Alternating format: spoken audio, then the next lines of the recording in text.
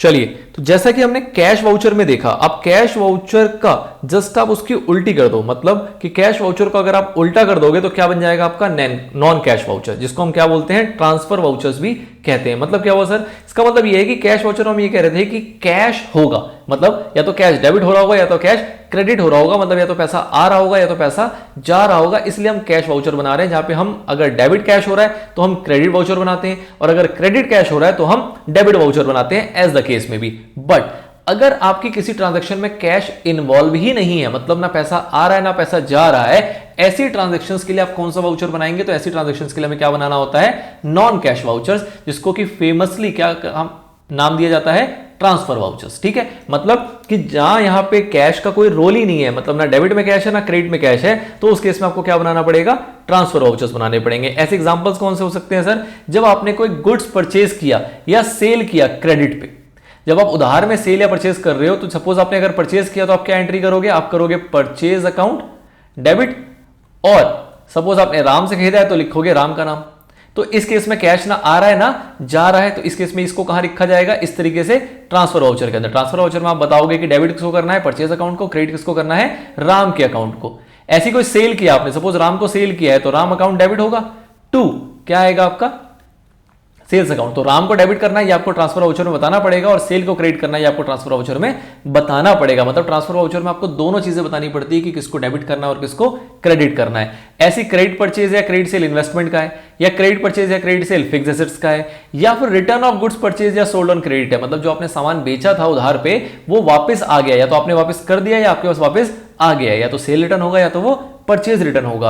आपको depreciation provide करना है, मतलब डेप्रिसिएशन चार्ज करना, तो आपको पता है कि डेप्रिसिएशन एक प्रकार का खर्चा है, और सारे खर्चे या सारे एक्सपेंस क्या होते हैं, डेबिट, तो डेप्रिसिएशन अकाउंट डेबिट। और इससे हो क्या रहा है, आपके एसेट की वैल्यू कम हो रही है, एसेट अगर कम होता है तो हम क्रेडिट करते हैं, सपोज बिल्डिंग। ठीक है, तो इस केस में आपने डेबिट किसको किया, डेप्रिसिएशन अकाउंट को, ये आपको बताना पड़ेगा, और क्रेडिट किसको करना है, बिल्डिंग अकाउंट को, तो ये भी आपको बताना पड़ेगा, कहां पे लिख के, ट्रांसफर वाउचर में लिख के।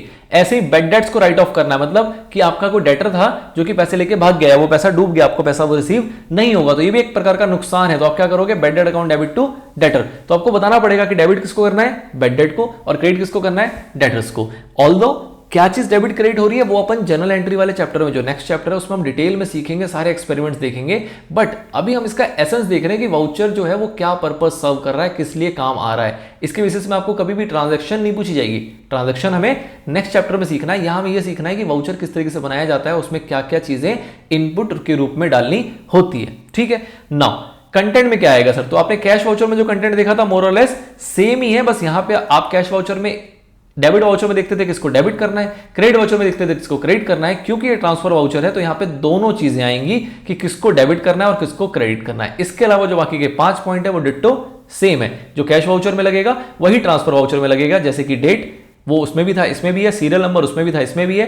यहां पे name of account debited and name of account credited दोनों आपको बताना पड़ेगा। Narration same to same, net amount of transaction और सोर्स डॉक्यूमेंट जैसे वहां होना चाहिए वैसे यहां पे भी होना अनिवार्य है। ये भी एक प्रकार का वाउचर है, और वाउचर जो है वो हमेशा सोर्स डॉक्यूमेंट के सपोर्ट पे ही बनाया जाएगा। ना बात करें इसके फॉर्मेट की, तो फॉर्मेट क्या है sir, format same to same रहेगा, कुछ भी दिक्कत नहीं है।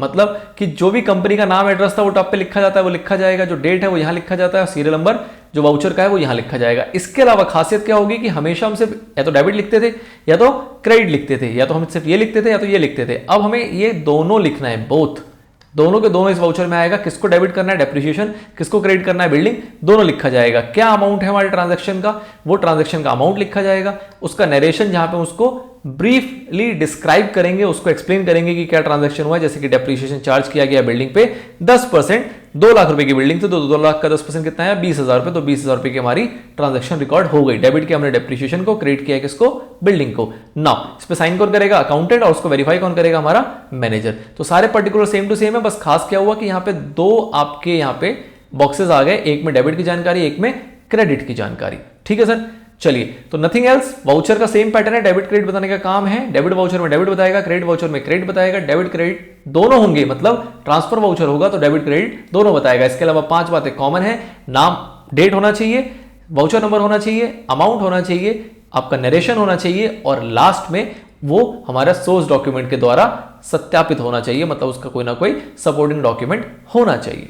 ठीक है सर, नाउ नेक्स्ट कॉन्सेप्ट जो आता है हमारे पास वो बहुत इंपॉर्टेंट है, जिसमें हम बात करते हैं कंपाउंड वाउचर की। ये हम नेक्स्ट चैप्टर में भी इस चीज को, इस कॉन्सेप्ट को कनेक्ट करेंगे, जहां पे हम बात करेंगे कंपाउंड जर्नल एंट्री की। मतलब क्या हुआ सर, कंपाउंड का मतलब क्या हुआ कि कभी भी किसी भी वाउचर में एक से ज्यादा डेबिट हो, एक से ज्यादा क्रेडिट हो, तो उसको हम क्या बोलेंगे, कंपाउंड वाउचर। मतलब कि सर अगर आप करते हैं, जैसे कि अभी हमने एग्जांपल लिया कि मैंने डेप्रिसिएशन लगाया बिल्डिंग पे, तो मैंने क्या एंट्री करी, depreciation account debit to building, ठीक है। तो ये क्या था, ये आपका ट्रांसफर वाउचर था। अब मैं कहता हूं कि डेप्रिसिएशन जो लगाया है वो बिल्डिंग पे भी लगाया, मशीनरी पे भी लगाया, तो एंट्री क्या होगी उसकी सर, उसकी एंट्री होगी डेप्रिसिएशन अकाउंट डेबिट। है तो नुकसान ही, लेकिन जो एसेट घटे हैं वो दो घटे हैं। कौन कौन से घटा है, एक तो बिल्डिंग का एसेट घटा, ये आ जाएगा, और दूसरा बिल्डिंग के साथ साथ दूसरा कौन है, मशीनरी। दूसरा कौन है, मशीनरी, तो ये भी आ जाएगा। अब सपोज बिल्डिंग घटा है 20,000 रुपए से, मशीनरी घटा है 10,000 रुपए से, और टोटल जो डेप्रिसिएशन हो गया वो कितना हो गया, 30,000 रुपए का। अब इस ट्रांजैक्शन में आपने क्या किया, आपने डेबिट भी बताया है, क्रेडिट भी बताया है, बट खासियत क्या है कि इसमें आपने दो क्रेडिट बता दिए, आपने इसमें दो क्रेडिट बता दिए। तो ये क्या हो गया, ये एक कंपाउंड वाउचर हो गया। और कंपाउंड वाउचर में भी कौन सा कंपाउंड वाउचर है, ये क्रेडिट कंपाउंड वाउचर है। क्यों, क्योंकि यहां पे दो क्रेडिट है, क्योंकि यहां पे दो क्रेडिट है। अब सपोज कीजिए आप खर्चा करते हैं, आपने सैलरी पे किया, कितना सैलरी पे किया, मैं कहता हूं 5,000 रुपए, और आपने क्या पे किया है, आपने रेंट पे किया, रेंट कितना पे किया है, इसको भी आपने डेबिट कर दिया, कितना, 2,000 रुपए। और ये आपको, ये दोनों के दोनों जो हैं वो किसको देने हैं, वो सपोज आपको देने हैं कैश में, वो आपको देने हैं कैश में, कितने, 7,000 रुपए। आपने 5,000 का सैलरी दिया, 2,000 का रेंट दिया, टोटल आपके 7,000 रुपए चले गए। अब ये क्या है, ये आपका एक प्रकार का कैश वाउचर है, जिसके अंदर हम डेबिट की इंफॉर्मेशन रख रहे हैं, मतलब ये डेबिट कैश वाउचर है। लेकिन अगर कंपाउंड वाउचर में इसकी बात करें, तो क्योंकि आपने यहां पे दो चीज डेबिट की, क्योंकि आपने यहां पे दो चीज डेबिट की, तो ये डेबिट कंपाउंड वाउचर कहलाएगा, क्योंकि यहां पे मल्टीपल डेबिट्स हो रहे हैं और एक जो है वो क्रेडिट हो रहा है। ठीक है, मतलब इससे क्या समझ में आता है सर, कि जितने आपके कैश वाउचर हैं, जो भी कैश वाउचर हैं, ये कैश वाले आपके कंपाउंड वाउचर्स भी हो सकते हैं। कंपाउंड वाउचर कब हो जाएंगे, जब एक से ज्यादा डेबिट हो या एक से ज्यादा क्रेडिट हो।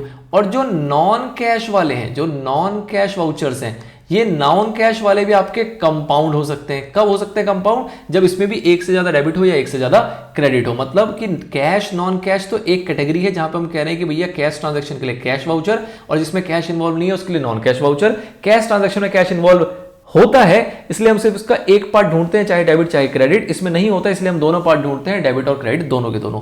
कंपाउंड वाउचर क्या बोल रहा है कि भैया कोई भी सिचुएशन हो, अगर आपको डेबिट एक से ज्यादा बार करना पड़ रहा है तो उसको आप कंपाउंड वाउचर कहोगे, और क्रेडिट एक से ज्यादा बार करना पड़ रहा है तो उसको भी आप कंपाउंड वाउचर कहोगे।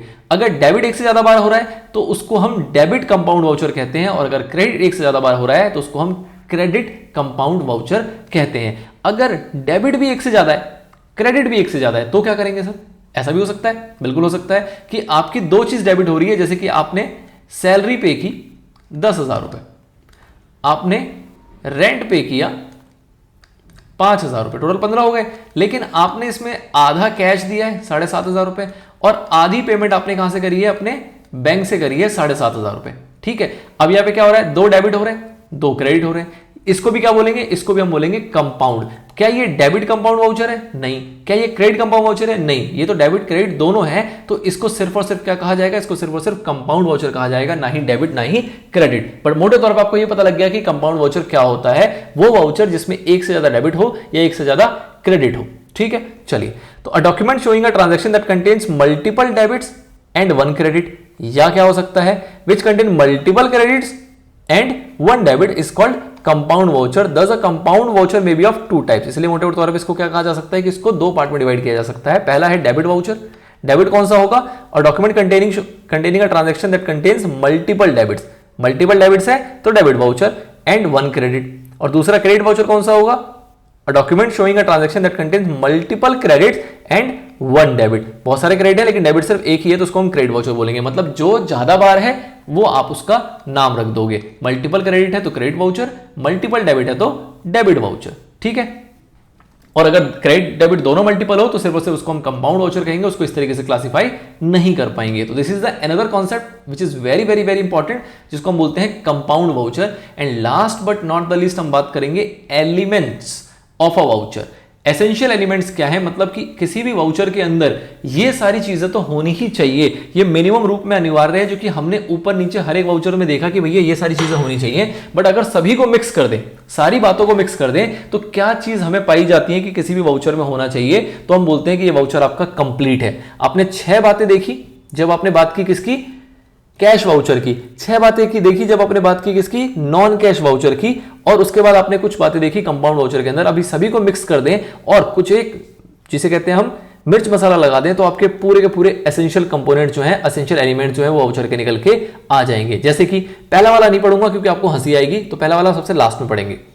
आपने देखा नेम ऑफ द फर्म, ये होना चाहिए टॉप पे लिखा हुआ। बिल्कुल sir, name of the firm आपके टॉप पे लिखा हुआ होना चाहिए, ये एक इंपॉर्टेंट है।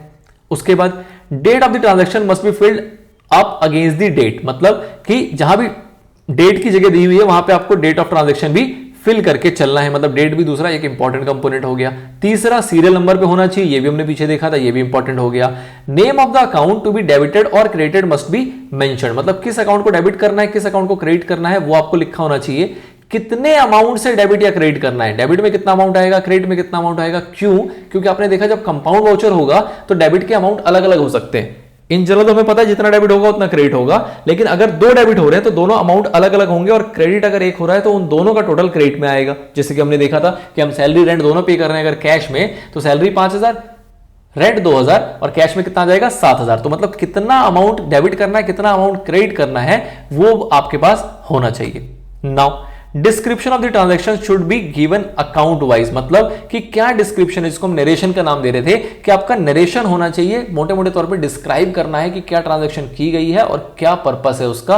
उसके अंदर मोटी जो एसेंस है वो पता लग जाना चाहिए, कि जैसे सैलरी पे किया कैश में तो वो पता लगना चाहिए, सैलरी और रेंट दोनों पे किया है, आधा कैश में आधा बैंक में, तो आपको ट्रांजैक्शन में वो लिखना है कि being salary and rate were paid through cash as well as bank account, cash और बैंक दोनों से पे किया गया है इक्वली। ठीक है, तो आपने इक्वली कैश और बैंक से उसकी पेमेंट कर दी है। तो जो भी डिस्क्रिप्शन है मतलब मोटा अपने लैंग्वेज में आप किसी भी ट्रांजैक्शन को डिस्क्राइब करेंगे और उसको आप नरेशन का नाम देते हैं, तो वो होना चाहिए। उसके बाद जिसने उसको प्रिपेयर किया है, जैसे हमने लास्ट में देख रहे थे, जो भी उसका अकाउंटेंट होगा जिसने उसको प्रिपेयर किया है, वो क्या करेगा, उस पर अपने हस्ताक्षर एक जिम्मेदारी लेगा कि हाँ भैया ये वाउचर मेरे द्वारा बनाया गया है, मैंने डिसाइड किया है कि क्या डेबिट होगा क्या क्रेडिट होगा, तो इसलिए मैं इसके ऊपर साइन कर रहा हूं। अकाउंटेंट साइन करेगा। और फाइनली कि जो एक पर्सन है जिसको ऑथराइज किया गया होगा उस ट्रांजैक्शन को अप्रूव करने के लिए, वो भी अपने नाम और हस्ताक्षर को वहां पे लिख के चलेगा। मतलब क्या हुआ कि अकाउंटेंट ने तो प्रिपेयर कर दिया, अकाउंटेंट ने कहा कि हाँ भैया ये वाउचर मैंने बनाया, इसके बेसिस पे 5,000 रुपए की सैलरी पे कर दो,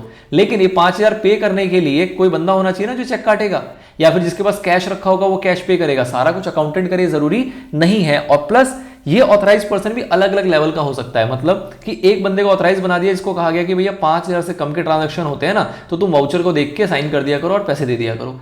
बट 5,000 से ऊपर होगा तो ये मिस्टर ए नहीं कर पाएगा, उसके लिए मिस्टर बी के पास जाना पड़ेगा, जिसकी लिमिट दे दी गई 50,000 तक। इसको कहा गया है कि भैया 5 से 50 के बीच की कोई ट्रांजैक्शन होती है, 5 से ऊपर 50 से कम, तो उस ट्रांजैक्शन को तुम चेक करके साइन कर दिया करो, तुम ऑथराइज्ड हो उतनी पेमेंट करने के लिए। फिर इसके ऊपर किसी को कहा गया कि 5 लाख वाली ट्रांजैक्शन के लिए किसी और व्यक्ति के पास जाना पड़ेगा, मतलब कि ये मैनेजर हो सकता है, ये डिप्टी जनरल मैनेजर हो सकता है, ये चीफ जनरल मैनेजर हो सकता है, या ये डायरेक्टर हो सकता है। कहने का मतलब कि अलग अलग लेवल को ऑथराइज किया जाता है अलग अलग लेवल की ट्रांजैक्शन करने के लिए, कितना अमाउंट उसमें इन्वॉल्व है। तो जो भी पर्सन ऑथराइज है उस ट्रांजैक्शन को अप्रूव करने के लिए, उसकी भुगतान करने के लिए, या उसको रिकॉर्ड करने के लिए, मंजूरी देने के लिए, वो व्यक्ति अपना नाम और साइन वहां पे करके चलेगा। ठीक है, तो ये तो आपके 8 तो वेरी इंपॉर्टेंट है जो कि आपने देखे। 6 वही थी, एक नेम ऑफ द फर्म ऊपर आ गया और नीचे यहां साइन करने की बातें आ गई और कुछ नहीं। एक इसके अंदर सोर्स डॉक्यूमेंट की बात नहीं लिखी क्योंकि वो वाउचर का एसेंशियल एलिमेंट नहीं है, वो उसके सपोर्ट में लगाया जाता है। जो सोर्स डॉक्यूमेंट है वो उसके सपोर्ट में अटैच किया जाता है, वो उसका वाउचर का एक एलिमेंट नहीं है। वाउचर के ऊपर उसको कहीं लिखा या पढ़ा नहीं जाता, उसको उसके पीछे चिपका के स्टेपलर कर दिया जाता है, इतनी सी बात है। नाउ फर्स्ट आइटम क्या आ रहा है, it should be written on a good quality paper. अब इसका मतलब क्या हुआ कि आपको ये जनरली आप देखोगे क्या कि जो वाउचर है उसका एक बुक आता है। मार्केट में इंसान जाता है प्रिंटिंग वाली कंपनी के पास, उसको बोलता है कि भैया मेरी कंपनी के नाम से ना एक वाउचर छाप के दे दो, वाउचर की बुकलेट छाप के दे दो। तो वाउचर की जो बुकलेट छाप के दी जा रही है तो उसके लिए एक यहां पे बे मतलब का एसेंशियल एलिमेंट बताया जा रहा है। इसको कहा जा रहा है कि भैया अपनी कंपनी का जो वाउचर आप छपवाओगे ना वो अच्छे क्वालिटी के पेपर में छपवाना। इसका मोटा मोटे तौर पर पर्पस ये होता है कि कई सारे लीगल लॉज हैं, आपके कई सारे ऐसे लॉज हैं जो ये कहते हैं कि आपके जितने भी अकाउंटिंग इंफॉर्मेशन है, जितने भी अकाउंटिंग डॉक्यूमेंट्स है, उसको आपको प्रिजर्व करके रखना है, उसको आपको संभाल के रखना है 8 साल तक। कोई कहता है 6 साल तक, मतलब अलग अलग लॉ के अंदर अलग अलग टाइम लिमिट लिखी हुई है। कोई कहता है 10 साल तक। तो कहने का मतलब क्या है कि अगर आपका वाउचर अच्छी क्वालिटी के पेपर पे होगा तो वो सालों साल टिक पाएगा। अगर वो फर्जी क्वालिटी पेपर में होगा तो पता लगा 1 आध साल के अंदर ही उसका काम खराब हो गया, उसमें कुछ पढ़ने लायक ही नहीं बचा, वो फटफुट गए, गल गए, आपस में ही तबाह हो गए, बर्बाद हो गए। ऐसा नहीं होना चाहिए। वो ऐसी क्वालिटी के पेपर में हो जिसकी लाइफ आपकी 8-10 साल की चले। उसको जब आप स्टोर करके रिकॉर्ड करके सेफली अलमारी में कहीं ना कहीं सेफ गार्ड के रूप में रख दो, और फ्यूचर में अगर कोई टैक्स अथॉरिटी या कोई डिपार्टमेंट या कोई गवर्नमेंट ऑर्गेनाइजेशन आपसे वो मांगे कि दिखाओ भैया तुम्हारे क्या वाउचर बने थे, तो आप दिखाने लायक होने चाहिए, क्योंकि आपको लॉज भी फुलफिल करके चलने होते हैं जब भी आप बिजनेस को रन कर रहे होते हो। तो इसलिए यहां पे लिखा गया कि भैया जो आपका वाउचर होगा वो एक अच्छी क्वालिटी के पेपर पे प्रिपेयर कराना है। ये इतना इंपॉर्टेंट एसेंशियल नहीं है, बट ठीक है, स्टार्टिंग तो इसी से होगी कि वाउचर का आपका कैसा बुकलेट है और उसकी किस तरीके से उसकी हालात हैं। ठीक है, ये एक जनरल गाइडलाइंस थी, बट इसके अलावा जो ये 8 बातें हैं ये आपके किसी भी वाउचर में पाए जाते हैं। आई डोंट थिंक सो आपको इसको याद करने की जरूरत है। आपने जितने वाउचर्स को देखा और जितनी इतनी डिस्कशन हमने की है, उस डिस्कशन को अपने माइंड में अगर उतार लेंगे तो ये वो सारी बातें हैं जो कि आप इजिली सोच सोच के भी लिख पाएंगे। आपको इसको किसी भी हद पे रट्टा मारने की जरूरत नहीं है कि वाउचर की जो इमेज है वो आपके दिमाग में आनी चाहिए कि भैया ये ऐसा ऐसा वाउचर होता है। ऊपर क्या होगा जी, नाम होगा, उसके बाद क्या आएगा, डेट आएगा, इधर सीरियल नंबर आ जाएगा। डेट और सीरियल नंबर पूरा हो गया तो उसके बाद क्या होगा कि किसको डेबिट करना है, किसको क्रेडिट करना है वो लिखेंगे, उसके आगे कितना अमाउंट है वो लिखेंगे, उसके बाद नीचे उसका नरेशन लिखेंगे, फिर एक अकाउंटेंट साइन करेगा और एक उसका मैनेजर या फिर जो भी ऑथराइज पर्सन होगा वो उस पर साइन कर देगा, बात खत्म हो गई। एक अच्छी क्वालिटी के पेपर होना चाहिए। तो these are the essential element जो कि किसी भी वाउचर के अंदर पाए जाना जरूरी है। चलिए, तो this is all about your chapter number 8। आपका सारा का सारा कंटेंट जो है वो यहाँ पे कंप्लीट हो गया है। रह गई है बस क्या, थोड़ी सी प्रैक्टिस, जो कि हम क्वेश्चन आंसर्स के मैनर में करेंगे अपने आने वाले पार्ट्स के अंदर।